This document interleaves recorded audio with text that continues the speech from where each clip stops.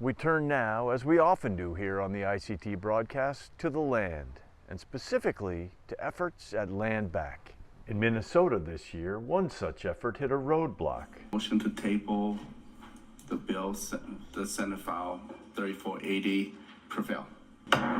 While another had historic success. Thank you for joining us in celebrating this return. Yes.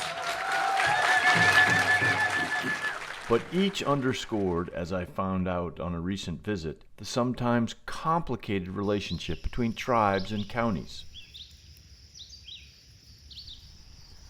Much of the original White Earth Reservation today is state forest.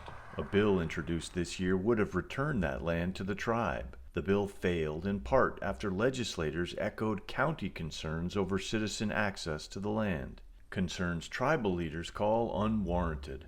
Bonjour, Wanaquins, Indigenous. Hello, everyone. My name's Laura Lee Erickson. Turtle is my clan, and I'm from White Earth. We want to protect the land. We want to keep it open for everybody, not only for us now, but for future generations, to ensure that everyone can enjoy it. Anybody that has worked or watched the legislator sessions or in politics, there were many bills that weren't passed this year. So it's not a reason to give up. We're going to keep pushing forward and keep educating people. And there was a lot of misconceptions out there. So we believe that, if we keep educating and having the positive conversations and building positive relationships, we'll keep moving forward. State Senator Mary Kunesh introduced the bill this year and indicates that she's ready to play a long game to get it passed. I have a feeling it will be a multi-year because this was a new this was a new idea for the tribes to do this. And this is really hard for those counties and those communities up there to wrap their head around. So it's going to take a little bit of time, I have a feeling. But it's the start, and that's what's important. Kunesh mentioned counties, which are major stakeholders in these land return discussions.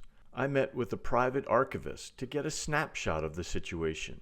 We reviewed county maps going back more than a century and looked at one small block called a township in Clearwater County. In 1867, it was all White Earth Reservation. By 1915, tribal ownership had withered, and by 2017, it was a sliver of its original scope. In contrast, Clearwater County today is the township's dominant landowner, and the pattern plays out in other counties. The nearby Leech Lake tribe celebrated a major land return this year when Congress gave back 11,000 acres. But it could have been more with additional county-level support.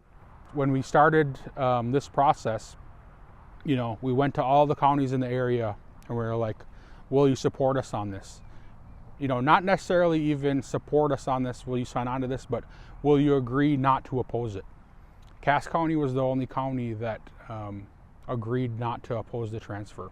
So when you look at the land that was transferred, it's all within Cass County. There's 4 counties that the reservation overlaps, which creates a lot of jurisdictional headaches. When we have to, we're one sovereign tribe, we have to deal with 4 counties depending on where you are. Jurisdictional headaches aside, the conversations between tribes and counties in northern Minnesota will likely continue because the alternative would be, giving up. Bonjour, Anishinaabe Dog, Miigwanagabu Ikwe, Indigenous Cause, Magazine, and Do It. So my name is Lori York, and I'm the Executive Director for White Earth Nation here, and I'm from Eagle Clan. White Earth Nation are the stewards of the land. We're the only ones that are able to ensure and protect for the next 7 generations that this land is protected for everyone to use.